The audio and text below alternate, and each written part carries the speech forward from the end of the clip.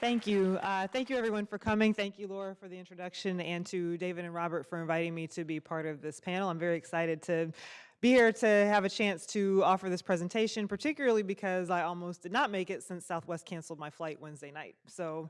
as Laura mentioned, I had intended for this to be part of the opening session to set a context for the importance and the reasons and rationales for doing race research. But I think after hearing the sessions yesterday afternoon and this morning, it actually fits well for offering a bit of a summation and a closing to offer some examples of research that tie together a lot of the things that we've heard about and also offer specific data to buttress the points that many of the previous speakers have made. So I'll just start with the title of the presentation, The Persistent Problem of the Color Line, Researching Race in the 21st Century. And as I'm sure most, if not all of you recognize, the title of the presentation is a pretty obvious nod to the work of sociologist W.E.B. Du Bois, who wrote in the early 20th century that the problem of the 20th century will be the problem of the color line. And in a lot of Du Bois's prolific research and writing and plays and speeches and newspaper editorials and so forth, a big part of what he focused on was the findings that he continued to show, which showed that racial stratification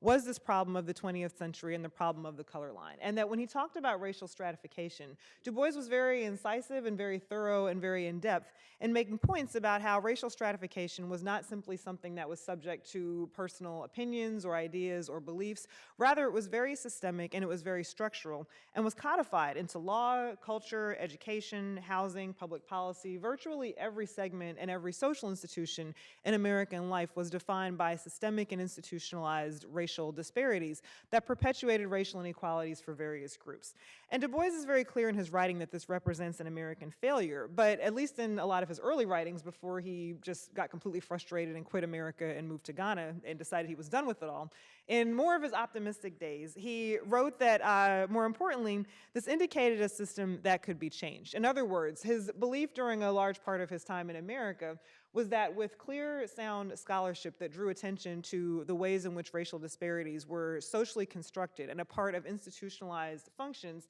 that individuals brought to bear, there were ways, if we could understand the roots of this problem, to dismantle this problem. And this is important for a number of reasons, not only for establishing Du Bois's role in the pantheon of American sociology and in scholarly work, but also for thinking about how systems of racial stratification informs work and informs the ways in which labor markets and processes of structuring work and workplaces are done in ways that really reflect these ideas of race and inequality. This is important because this allows us to move past a lot of the stereotypes that I think often structure and shape the way that people make decisions about work, and also that people make decisions about their own lives and experiences in ways that inhibit the maximization of human capital. And all that really means is a fancy way of saying what Du Bois said more simply and more concisely and clearly than I could, which was simply that if we continue to have a society which is founded on these ideas about racial inequality and that persists in establishing these institutionalized forms of racial discrimination, ultimately we all lose. And we really do ourselves a disservice as a society because we are limiting and minimizing the potential that everybody has to be fully contributing members of society. If we insist on having a society that's grounded in racial stratification in educational systems, in workplaces, in reproducing wealth inequalities, that may seem on a superficial level to feel good for some of us, but ultimately we deprive ourselves of doctors, of teachers, of attorneys, of CPAs, of people who could be contributing to society in various ways, but are not being permitted to do so simply because of their racial background. And so I argue that when we think about this in the lines of Du Bois's arguments, and when we're mindful of the ways in which racial stratification is present in shaping our social institutions and the ways that that also affects our workplaces, that helps us to give rise to the sorts of processes that belie a lot of the assumptions that we have about why outcomes look the way that they do. And we can think about this in terms of some of the stereotypes that people often marshal to try to explain why disparities exist in workplaces and in other social institutions. The idea that I'm sure all of us have heard various iterations of these sorts of stereotypes and generalizations, that if blacks weren't so lazy, they could get ahead, right? If black people simply stopped asking for handouts and just were willing to work harder and were willing to follow the rules, then equal opportunity would simply follow. Or arguments that Asian Americans succeed because of their cultural values and that they simply do follow this model minority path of working hard and following the rules and that that leads to achievement. Or for white Americans, the idea that I'm white, no one ever gave me anything, I've succeeded because of my own merits and because of my own hard work, and that I have earned and deserve all the things that I have. What research shows us,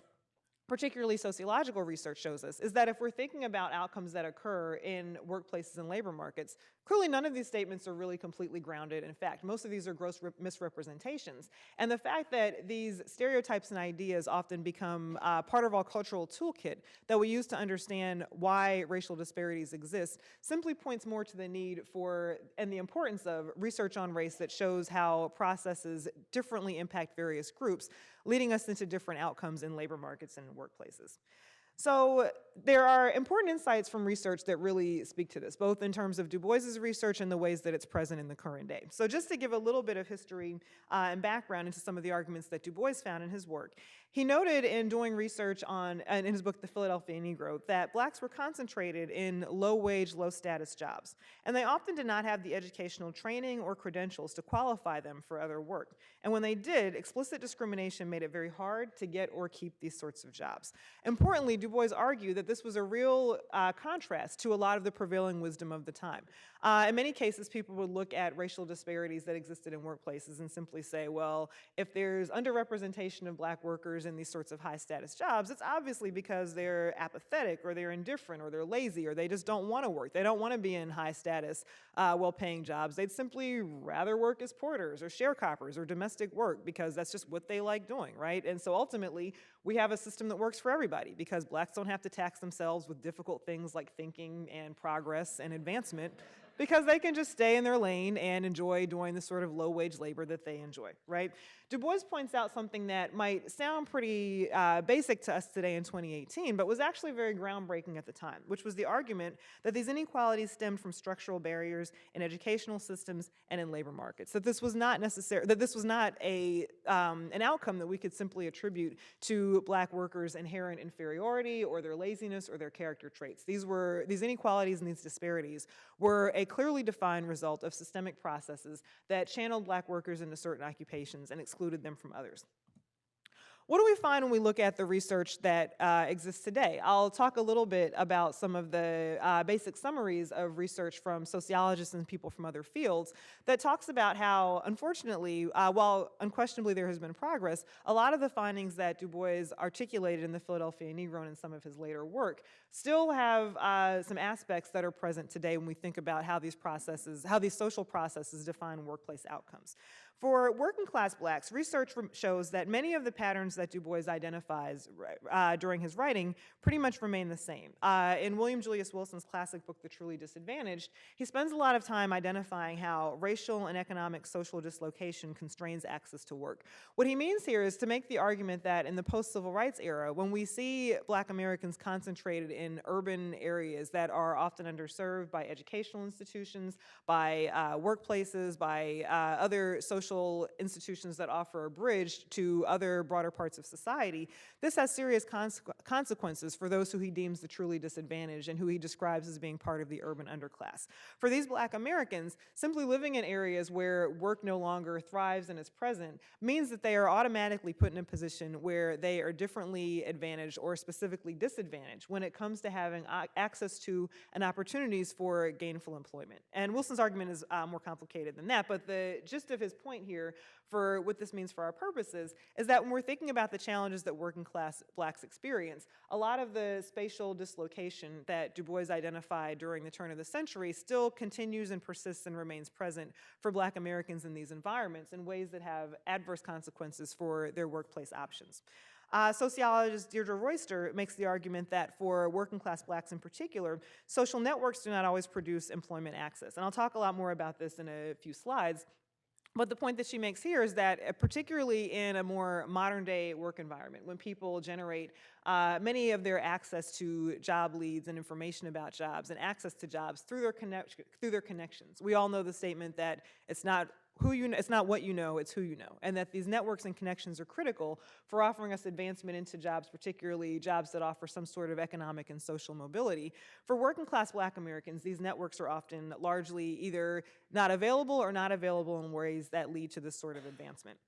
And sociologist Ivy Ken points out that for Black women in particular, there are gender dimensions to the experiences that they have in labor markets and workplaces. They're often stereotyped as unreliable single mothers. And of course, these stereotypes preclude whether or not they are either single or mothers. It doesn't matter that the women in question may be married, they may not be mothers, they may be married mothers with stable family arrangements. Employers' preconceptions are that as Black women, they are likely to be low income, they're likely to be unreliable, they're likely to be single mothers who will have family issues and arrangements that will preclude them from being the sorts of workers that employers value. So we know, for example, that for working class Blacks, a lot of the challenges that Du Bois points to are still pretty prevalent and remain the same. For Black professionals, and this is where I've concentrated most of the bulk of my own research,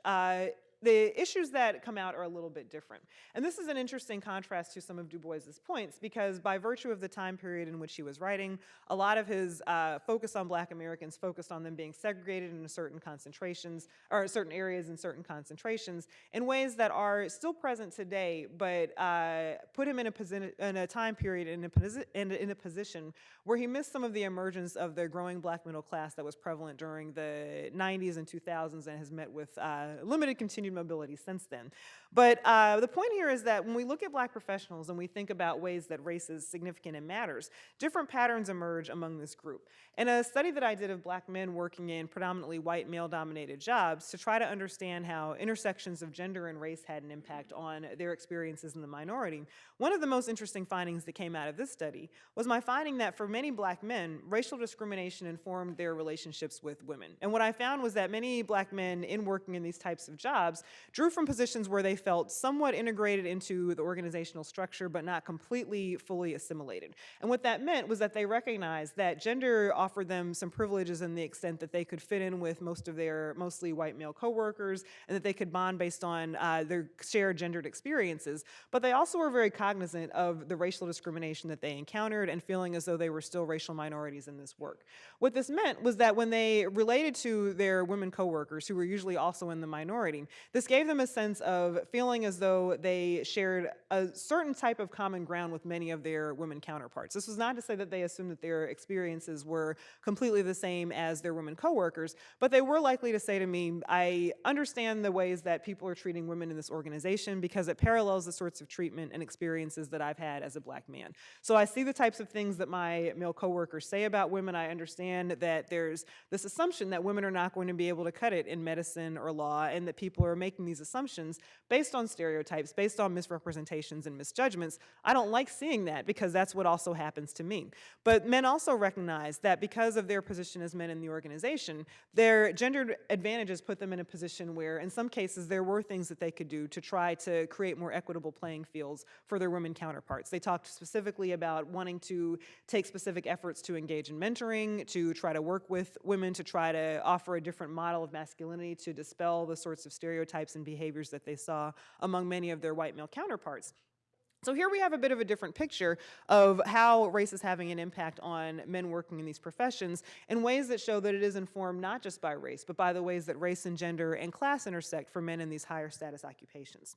I've also found in a current project that's forthcoming next year that for Black professionals, perceptions of discrimination vary significantly by class. And this is a study that I've been working on of Black healthcare workers and what we think of as the new economy. And I've been trying to think about ways that changes to the way that we work and how those changes reflect technological, social, and ideological changes over time have had an impact on Black professionals. In other words, how does the way that work has changed have an impact on Black professionals? And one of the things that I found from this project is that for Black healthcare workers, who are the focus of my study, for Blacks working in the highest status fields in the healthcare industry, which I argue are medicine, there's a perception that racial discrimination is much more grounded in structural processes than it is in everyday overt interpersonal experiences. This was not true for workers who were lower in the occupational hierarchy in the healthcare industry. Technicians, and particularly nurses, were much more likely to talk about experiencing racial discrimination as a more interpersonal, daily, overt, consistent sort of barrage of what we might think of as microaggressions. But ultimately what we see here is that when we're talking about Black Americans, it's important to emphasize that this is not a monolithic, one-size-fits-all group, that there are a lot of variations, there are a lot of differences, and that these differences have impacts for perceptions of and responses to perceived discrimination. And finally, I'll reference the work of Joan Williams, who's a law professor, who makes the point that, again, when we're thinking about these gendered issues, for Black women, advice to lean in and to simply be more assertive and to not leave before you leave and all the other things that are mentioned in Sheryl Sandberg's book are not quite so useful for women of color and for Black women in particular. Black women have a noted history and noted evidence and research of leaning in, of being ambitious, of having aspirations that far exceed where they are generally represented in organizations. But when Black women lean in, it turns into 2006 and Fat Joe and the Terror Squad, and everybody leans back. It's not the same. It's just not the same reaction when Black women are engaging in this process. So again, this is important for thinking of how race has to be understood as a process that is informed and structured by gender and class and other factors in critical and important ways that have specific outcomes. I think it's also important when we're talking about race at work to remember that it's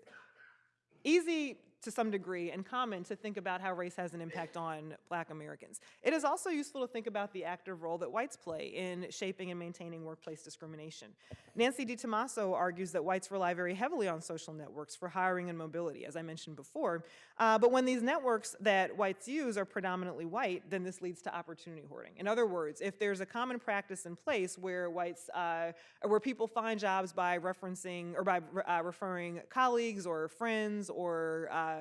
people in their neighborhood or what have you, on the face of it, this seems very benign and it seems very commonplace. But if your friendship circles are 76% white, as we know from research, most whites are likely to have exclusively white social groups. If your neighborhoods are predominantly white, which we know racial segregation means is likely the case, then simply referring people to people that you know for job positions isn't just a way of doing a favor. And I think that one of the previous presenters alluded to this in her